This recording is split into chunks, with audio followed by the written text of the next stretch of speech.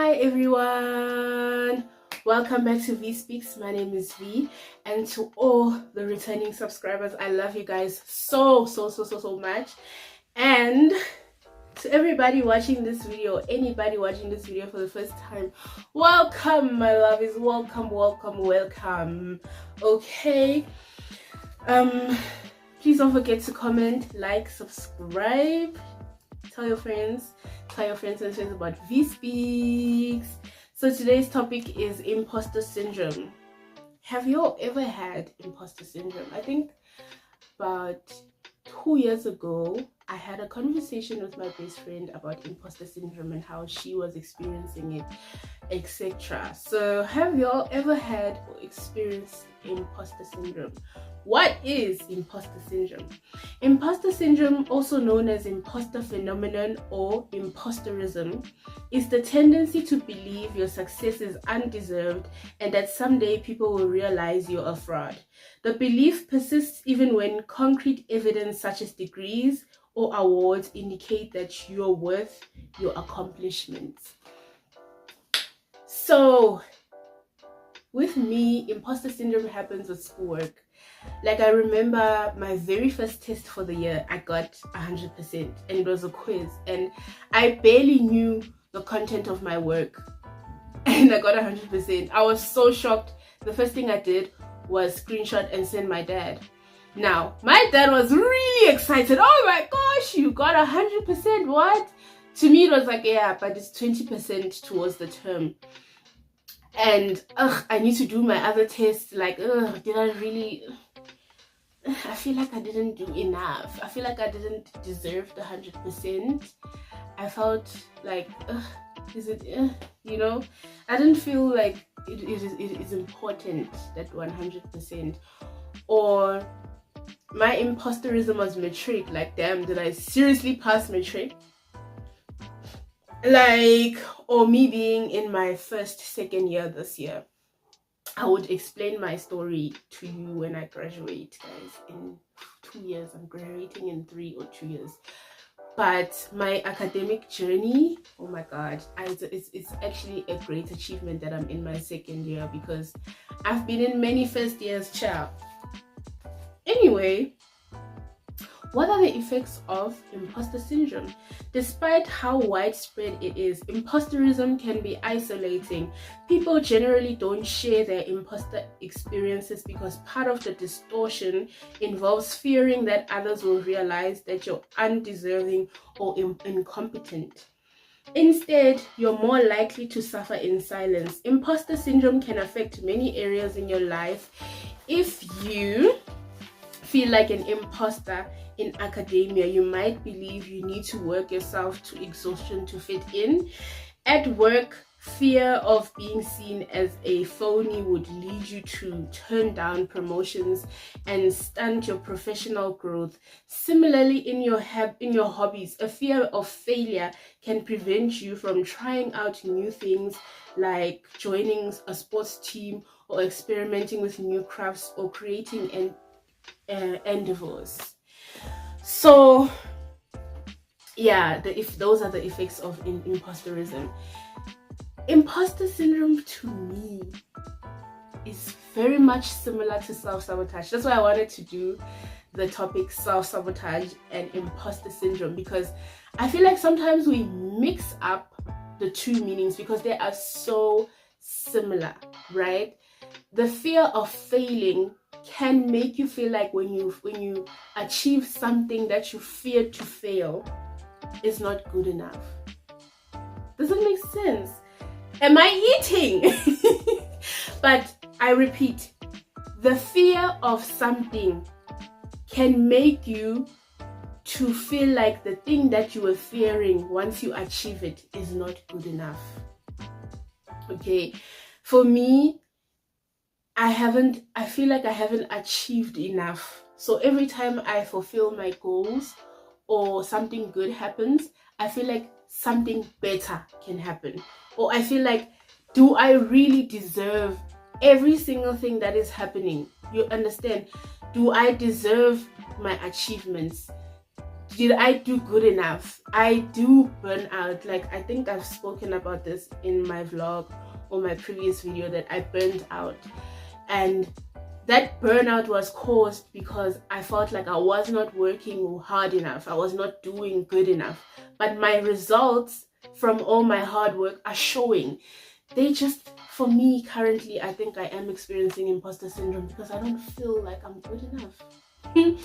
And I know this is a motivation channel, but sometimes I do feel the opposite of positive, and maybe I'm fixing myself through this episode, through this video, you know. Types of imposterism.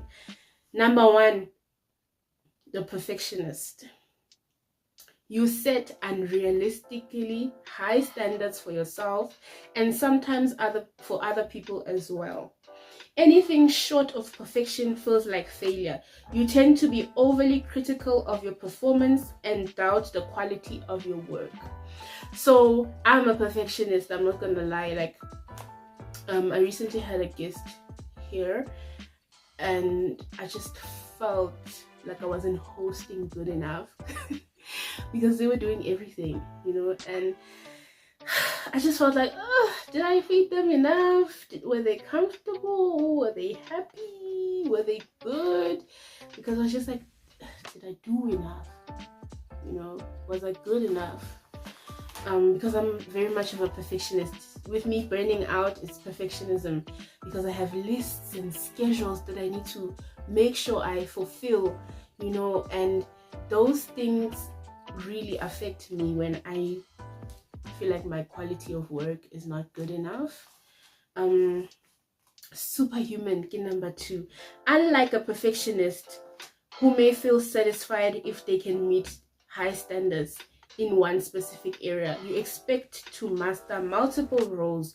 Your focus is on how many things you can handle, so you tend to take an excessive responsibilities and overextend yourself in the process. So are you the superhero?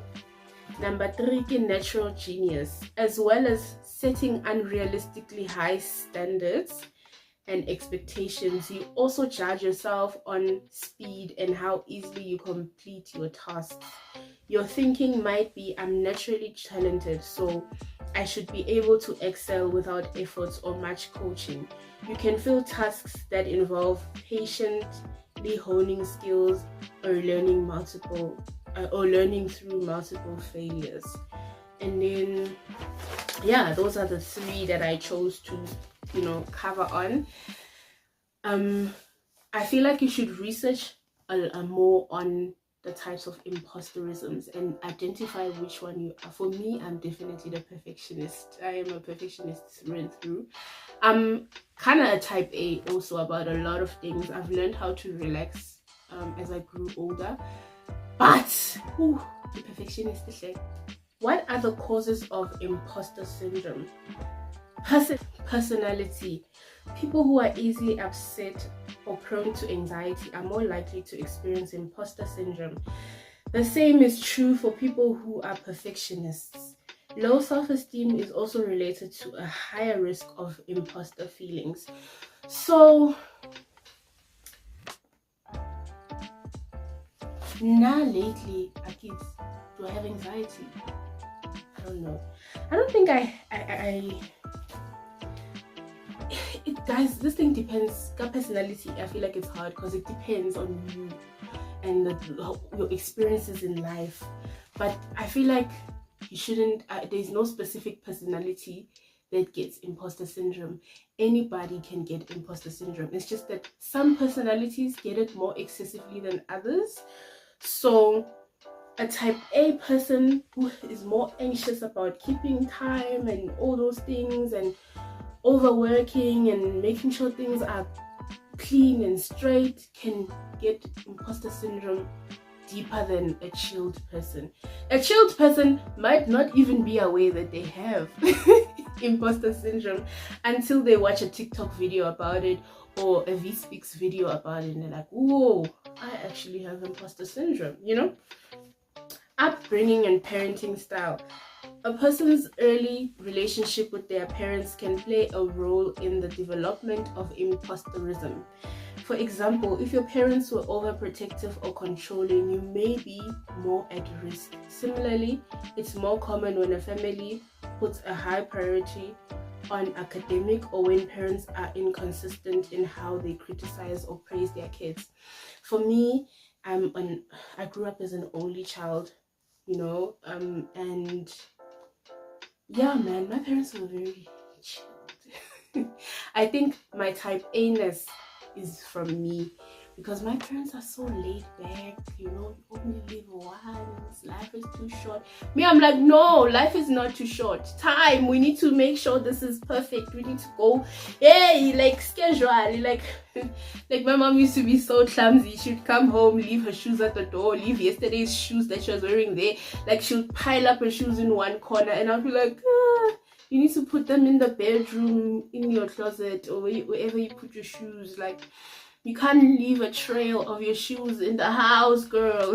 Like, she was very chilled. And my dad is also pretty much that way, but he's not as clumsy as my mom used to be doing.